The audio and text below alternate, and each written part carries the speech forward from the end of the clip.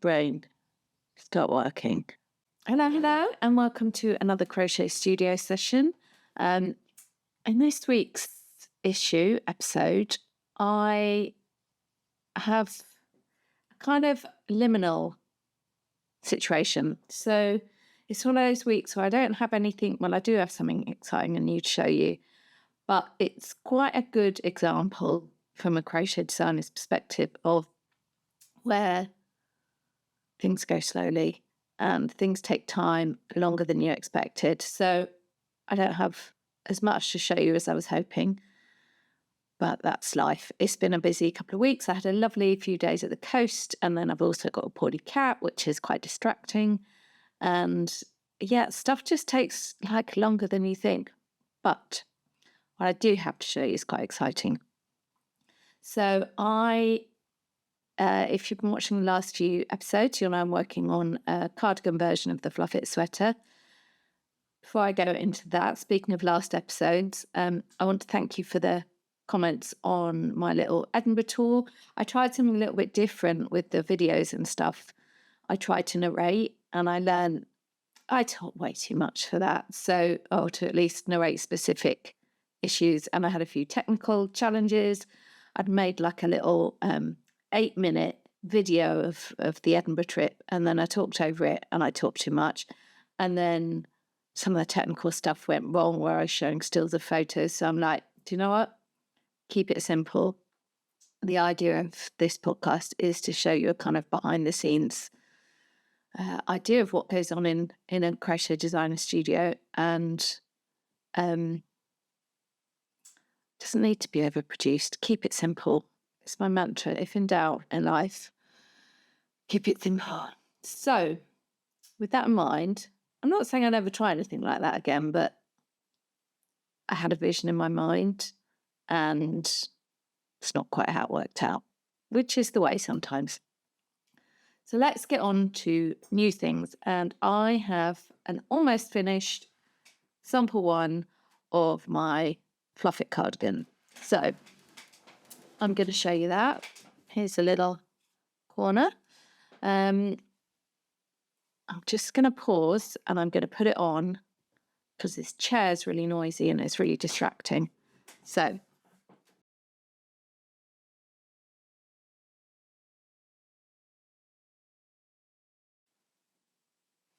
a couple of things to note. One is inside out.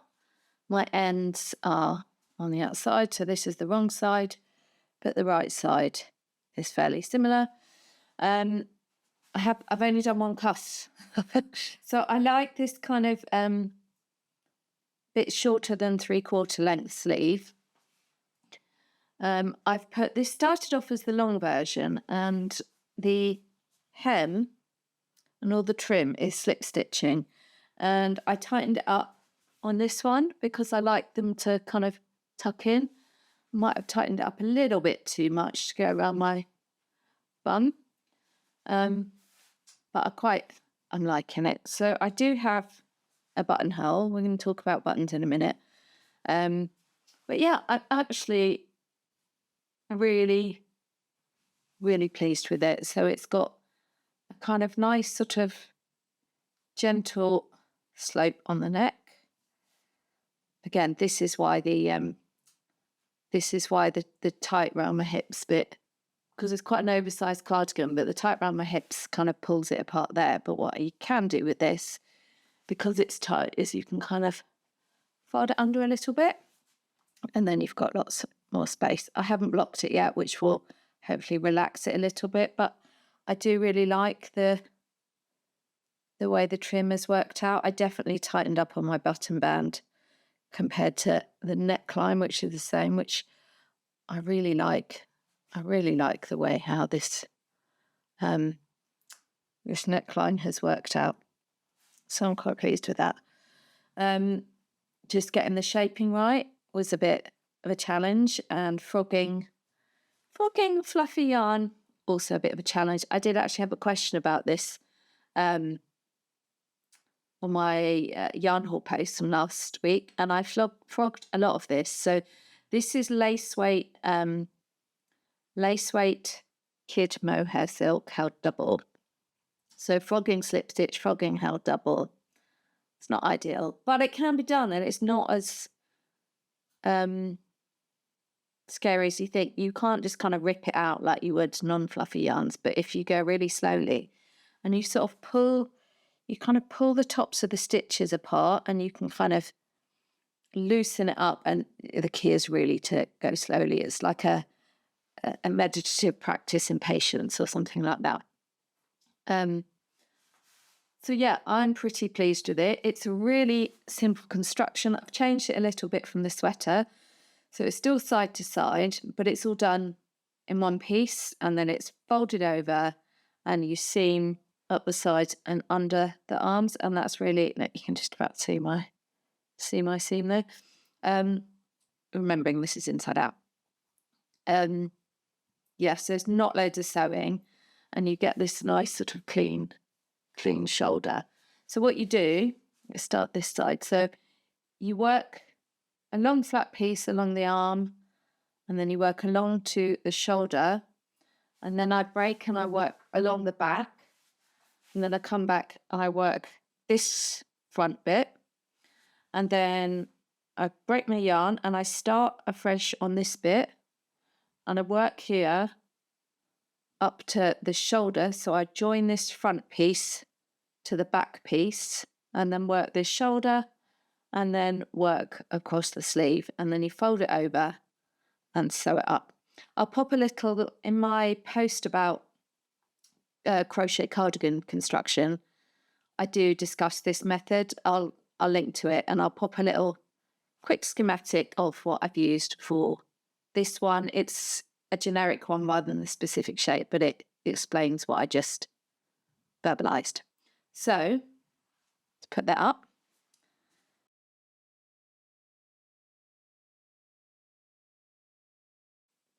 So I've got fluff in my mouth now.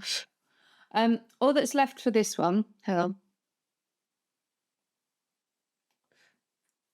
I think that was cat hair, actually. Nice.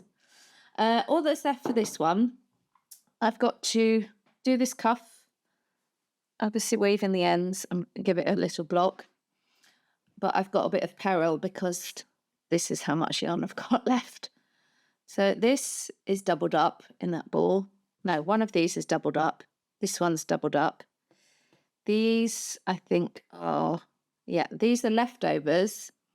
So the way I did it, so my ball looked roughly like this, and I got 2 balls of this mohair, and I wrapped it into one ball so I could work with it double like this. And I had 2 different dye lots, and one dye lot, I mixed the dye lots together so I would get consistency in the colour, because they were from different lots. So this is a drops yarn, so it's quite stable, the dye lots, if they're bought kind of close together. Colours can change over time, but yeah, I put one ball from each dye lot just to make sure I didn't have any like colour changes halfway through, because that can happen. But one of the dye lots, you basically got this much more yarn in each ball. So I could put those, I've literally just got the cuff to do, which is not a whole lot of yarn. Again, that's like I've tightened the cuff up there. There you go, you can sort of see. So this should be enough. There's going to be a bit of yarn chicken. Actually, on this cuff, literally, I don't know if you can see that's how much yarn I had left. So I might need to pull a bit from the ends just to get it in. I have ordered some more, but I really don't want to break the new balls. I want to get this. If I get it from this will make the whole cardigan is 200 grams, which I think is pretty light. This is why I love fluff. It's like so light and floofy. So that's where we're at with this one. I'm also making another version, which is going to be more cropped. So in my head, originally this one was going to be quite a long one, but I quite like to tighten it up a bit at the bottom. So the crop one, I might try and leave a bit more boxy. I'm literally just starting it. So this is the sleeve. So this is essentially equivalent to that. So that's as far as I've got, but it's going to be, I'm going to have slightly longer sleeves on this one, and it's going to be shorter. So it should use roughly around the same amount of yarn. This I've got, again, I've got 200 grams. That's what I'm aiming to get it done with. This is a size small, but it is quite oversized. So interestingly, this version, where's the other balls? I'm using a Surrey alpaca with a non-Surrey alpaca. Let me show you. Excuse the noise.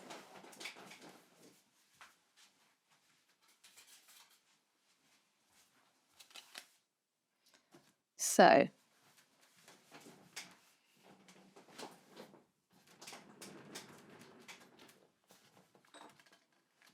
this is what I'm using. So we've got this Zakami yarns. This is undyed, and this is, oh, it's not alpaca.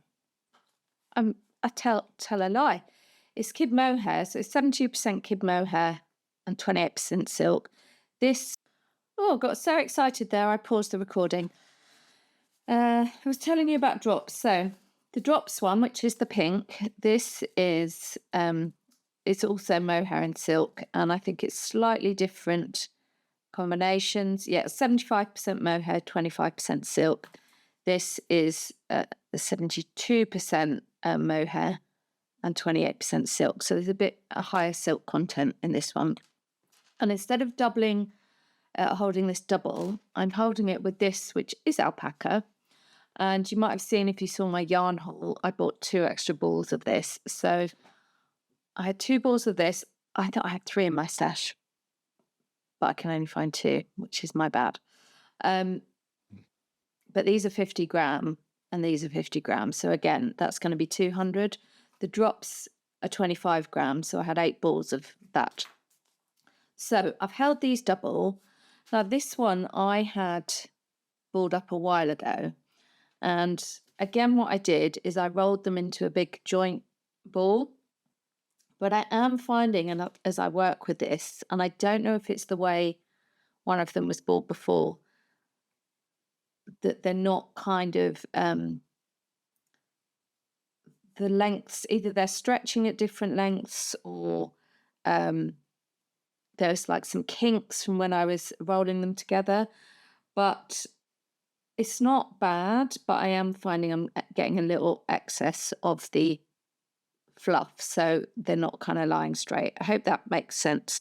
It's at a point where I can work with it. It's not a big deal, but it seems like what I'm doing actually is at the end, I'm just kind of, at the end of the rows, I'm kind of bulking out where the mohair is. You can't really see it, so it's a way to hide it, but that's going to be hidden in the seam anyway.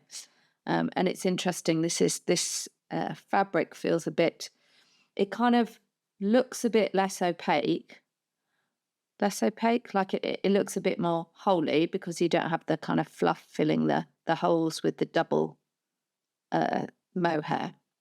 But I really like the texture. I just love this stitch pattern. It's just very wearable. You can see how unopaque it is with my hand behind it. But I wanted this to be like that anyway, so that's fine. But when I get onto the next set of balls, I'm going to work with these. I will ball them up individually rather than together. I also am toying with the idea of doing the trim with 2 of these rather than together, but we shall see when I get there. So that is this one, which should be finished by the time I show you next week, 2 weeks time. This doesn't actually take that long. I know I said it took longer than I thought it had, but a lot of that was sort of picking up, putting it down and trying to do it between other things. So let's talk about buttons. So I've just put 1 buttonhole in this. Here it is. And I was a bit naughty because I just did it a generic size. And now I need to choose some buttons. And I have here, Good. the contents of this is a random old biscuit tin, but the contents of this started off in my grandmother's button things, and I've just added to it over the years. So I've got some, like, part of me's thinking about doing a little class, but that's a bit heavy. I've got all sorts of little old, I mean, I'm not even sure what that is. That's a bit 80s, but I've got all sorts of, like, this is a real little treasure. I have colour coordinated all the buttons in here, and I put them in these little plastic bags like this. So random little old, lots and lots of vintage buttons. That's a clasp. Yes, so I've got all of these little clasps. I definitely need to use them on something. But even like things like this that bring me such joy, these really old, and look, this is a good one. If you want a hook and eye, I mean, that's probably got price in old money on there.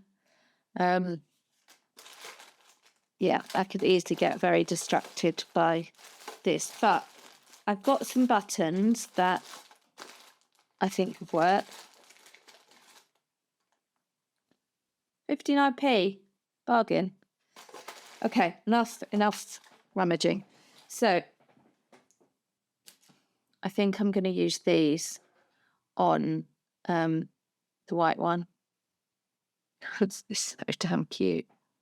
You know I love a smiley face. But I did come across this one, which I think it will fit through the thing.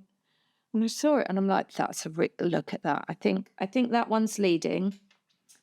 Could do a little white one. That stands out too much. I like this because it's subtle, and I don't want, it's quite light. I don't want anything too heavy because it'll drop that down, because it is such a light structure. The other ones I've got, I did buy, when I was in Harrogate last year up in Yorkshire, there's a famous button shop called Buttons for Buttons, which if you're ever in that area, it's epic. And I bought I bought this chunky one because I'm like, just that big sort of slight 60. It's just a random one-off I bought. I think they only had one left. And I bought these little wooden ones. And so I've got 3 of those. No, I've got some more of those. Look at this. I bought these ones as well. So they're like a bit smoother. Oh, I've got the duffel button. But I think these I might use, or these ones actually, for my, I'm going to work on a cardigan version of the Lark sweater, and I already know it's going to be in like a dark brown. It's sort of similar to this cardigan. That's the sort of brown, like bright colour work. That I'm planning for about autumn, and hoping I haven't over-egged the cake and that I will get to it. But I think these buttons I will use for that. There's 3 of those, 4 of those. Why didn't I buy 5? There must be 5 because I always buy odd numbers. It might have fallen out. Okay. Yeah, I'm a weird thing about odd numbers. So I think for this one is going to be the safest. Fits perfectly through the buttonhole, and it's quite nice on that little thing without being too showy. But I think for the white one, shall I use the happy faces? I've got 3. Yep. They're just so joyful. Okay. Enough about buttons. I could literally spend all day playing with buttons. I'm going to go with this one, I think. Let me know if you think that's a mistake. At least it's got lots of ends to sew it in with as well. So that's all I've got left to do for this. Let's stick those back in there. And that's my main work in progress. I sincerely am hoping that the pattern will be out, not this weekend, but next weekend. It's kind of almost done. It's one of those, I've done lots of bits of it and I just need to pull it all together. So most of the pattern's written. I always leave the kind of edging bit to the end because I like to I like to experiment a little bit and check I'm happy with how it's kind of working up before I commit that to writing. So I have some ideas, and sometimes I'll start working like a button band and I'll be like, don't like it. It maybe doesn't go with the fabric that's on here, or it's too tight or too loose, or just, yeah. But I'm, especially around this neckline, and it took a while to get this shaping right, because there's a tiny bit of very simple shaping. That's where a lot of the frogging happened, just to get the kind of tension right, because before I put, because it's quite a wide cardigan, it's meant to be sort of, a bit oversized, kind of easy to wear off the shoulder, but you don't want it falling off. So I just want it to be really versatile, something you can chuck on over anything. That's why I've got really big sleeves, because when you've got a t-shirt or a top with maybe a bit of a puff, and then you can't put anything on over it, or you put something on and it pulls it up. I want a really big sleeve, because I wanted something that could go over any sort of t-shirt. Yeah, so next time I should have all of this finished and done and ready to go. So I think the other thing, let me check my notes. Okay, so 2 other things to tell you. But first off, a few weeks ago, I talked all about magazine submissions. I just needed... I talked all about magazine submissions, and my submission did not get in, which I'm fine with, because it means I can crack on and make it myself. So I'm going to show you my swatch. This is, excuse me, this is just going to be a little tease, but this is what my swatch looks like. And this is for a scarf. Now, in this swatch, there's not quite enough contrast for what I had in mind for the pinks. But what this is basically 2 strands held in contrasting colours. So you've got 2 strands of the dark brown, 1 of the pink, 1 of the brown, and then 2 of the pink. And the idea is you kind of go across like that. So all that fluff that you saw in my yarn haul, which is different colours to this, but I do love this colourway, but I think it would look better with a brighter pink, just so you get more of a contrast. So this is an undyed cream sort of fluff. So there's 3 colours that I've used in here, and you're only working with 2 at any one time. I just really love it. I think it's very wearable. It looks much more complex than it is. So I'm going to make a big blanket scarf with all those fluff colours, and then I might make a smaller one. I really like this brown. I'm really feeling browns and pinks and browns and teals, and yeah. So that's my little peek of that. Realistically, I don't know when I'm going to get to this, because my next project, when I've finished all this, is going to be, and I haven't got any other stuff to show you, but I'll show you when I've started it. It just helped me to say it here so I can have some accountability. I'm going to make a t-shirt version of the Mellow Waves cardigan. So I've got a summary, I'll put a link to it here, and maybe a picture. It's like a summary little simple short sleeve cardi that's great for throwing on over like a cami top. And I really love the stitch pattern. I've been talking a lot lately in my newsletter as well about reusing stitch patterns that I love and just going a bit further with them. So it's like a gentle chevron type pattern, but it's kind of lacy. And I've got some beautiful yarn, which I will show you because it's too good not to share. Let me find it. Look at it. Look how pretty it is.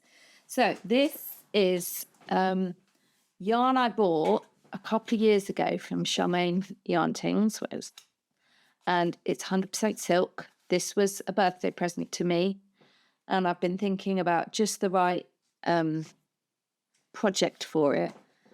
And the thing about silk,